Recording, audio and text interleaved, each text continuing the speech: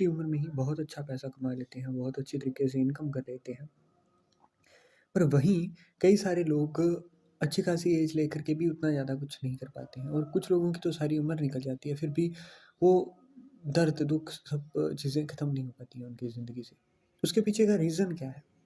कभी समझने की सोचने की कोशिश करी है आपने? यहाँ पर ना एस्ट्रोलॉजिकली अगर आप देखोगे तो चीज़ें आपको बताई जाएँगी, जैसे कि उनके राहु खराब है, शनि खराब है, ये खराब है, वो खराब है। बट ऐसा नहीं होता है। रियलिटी ये नहीं है। Reality is far beyond this. अगर किसी की कुंडली के अंदर राहु खराब है, अब राहु खराब कैसे होगा? मतलब राहु का अगर आप पितृदोष से जोड़ लोगे, लाइक 9th हाउस के अंदर बैठ गया, फर्स्ट हाउस के अंदर बैठ गया, तो इसका मतलब राहु खराब हो गया? नहीं होता। जिस इंसान के फर्स्ट हाउस के अंदर राहु है और अगर वो उसी का ही यूज़ अच्छे से कर रहा है ना, तो वो हो ही नहीं सकता कि वो सक्सेस ना पाए। किसी के 9th हाउस के अंदर राहु है, वो डेली मंदिर जाना छोड़ दे, बस। वो वहाँ पर माँगना छोड़ दे, वो वहाँ पर डील करना छोड़ दे। ऊपर वाले को, भगवान को, गॉड को, अल्लाह को अपना फ्रेंड मानने लग जाए, फैमिली मेंबर मानने लग जाए, वैसे ही बात करने लग जाए जैसे अपने दोस्त के साथ करता है, काम होगा उसका। शनिदेव अगर किसी के 11th हाउस के अंदर बैठ गए, या फिर किसी के फर्स्ट हाउस के अंदर बैठ गए, 7th हाउस के अंदर बैठ गए, 5th हाउस के अंदर बैठ गए, तो इसका मतलब ये थोड़ी ना है कि डिले होता जाएगा। 8th हाउस के लॉर्ड बन के 9th हाउस के अंदर, 11th हाउस के अंदर बैठ गए, तो इसका मतलब भी ये नहीं होता कि डिले होता जाएगा, अब उसका काम ही नहीं बनेगा। नहीं होता ऐसा। तो मैटर क्या चीज़ करती है? मैटर करती है आप काम करते कैसे हो? मैटर करता है आपके अंदर डिज़ायर कैसी है? मैटर करता है आप कितनी कम प्लानिंग करते हो? जहाँ भी ना, अगर पहले एक चीज़ होती थी कि कुछ लोगों की कुंडली में अगर बुध खराब हुआ, तो पुराने टाइम के अंदर पंडित जो होते थे, वो आपका जो जन्म पत्री है वो फेंक देते थे कि नहीं होना तुम्हारा कुछ। सेम जब भी कोई चार्ट खराब देखा जाता तो फेंक देते थे। अभी के टाइम पर चार्जेस ज़्यादा लिए जाते हैं तो फेंकते नहीं है, बट आपको कन्विंस करने की कोशिश करी जाती है। बट फिर भी आप एक चीज़ देखना, अभी के टाइम पर ना अच्छे-अच्छे स्टार्स, सेलिब्रिटीज़ को देखना, कुछ लोग ऐसे हैं जो कि न्यूमेरोलॉजी का सहारा ले रहे हैं, बट फिर भी काम नहीं चल रहा है। लाइक कि राजकुमार राव को आपने अभी देखा होगा कि एमएम डबल हो गया है ना, बट फिर भी कुछ लोग अर्ली एज के अंदर ही काम छोड़ते जा रही हैं। रीज़न रीज़न यही होता है कि उन लोगों को ना एक चीज़ बता दी गई है कि भाई न्यूमेरोलॉजी का सहारा लोगे, एस्ट्रोलॉजी का सहारा लोगे, ये उपाय करोगे, वो उपाय करोगे तभी काम चलेगा। पर अगर मैं आपको ऐसा कुछ बताऊँ, या फिर ऐसा कुछ आपको ट्राई करने को बोलूँ, जहाँ पर आपको कुछ भी ऐसा एक्स्ट्राऑर्डिनरी नहीं करना है। Yes, I am again repeating my words. आपको कुछ भी ऐसा नहीं करना है जहाँ पर आपको कोई चीज़ खरीदनी हो। मैं नहीं कह रहा हूँ आप जेमस्टोन पहनो, आप पुखराज पहनो, आप माणिक्य पहनो, मूँगा पहनो, आप कोई महँगा कुछ करो, आपको गोल्ड खरीदना है, चाँदी का चौकोर टुकड़ा लाना है, कुछ भी मत करो। अगर आपसे नहीं हो पा रहा है ना, आप रैग्स टू रिचेस्ट वाली स्टोरी को चेज़ करना चाहते हो, तो पहली बात तो आपको चेज़ नहीं करना है। दूसरी चीज़, आपको सरेंडर करना आना चाहिए। तीसरी चीज़, आपके अंदर अबंडेंस होनी चाहिए। डेस्परेट से कुछ नहीं होगा। डेस्परेशन आपको एक चीज़ दिखाती है कि लैक ऑफ समथिंग, तो आपको लैक ऑफ समथिंग नहीं दिखाना है ना? एक आप लोगों को ना, आप कई बार आप लोगों ने कोट पढ़ा होगा कि something is better than nothing. But मैं आपको यहाँ पर ना कुछ चीज़ों को चेंज करके कहना चाहूँगा।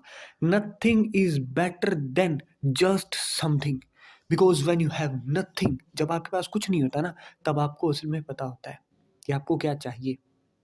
जब आपके पास अपनी फैमिली नहीं होती, तो आपको पता होता है कि फैमिली तो चाहिए मुझे, बट फैमिली के अंदर पीसफुल एनवायरनमेंट चाहिए। फैमिली के अंदर मुझे एक लग्ज़रियस चीज़ें चाहिए, फैमिली के अंदर हार्मनी चाहिए, फैमिली के अंदर मुझे कोई भी टॉक्सिसिटी नहीं चाहिए। फैमिली मेरे लिए क्या होगी, वो आपके स्टैंडर्ड्स फिक्स होते रहते हैं कि मुझे फैमिली चाहिए, बट फैमिली में ये चीज़ें चाहिए।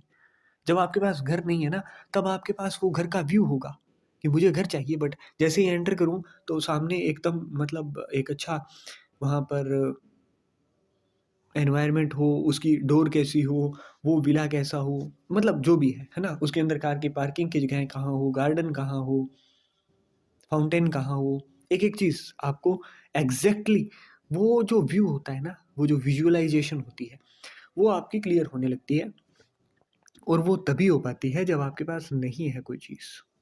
नहीं होना इन द सेंस कि है ही नहीं बिल्कुल ही। आपके पास कोई अच्छा पार्टनर नहीं है, तभी आप ये चीज़ सोचोगे कि मेरा पार्टनर होना कैसा चाहिए।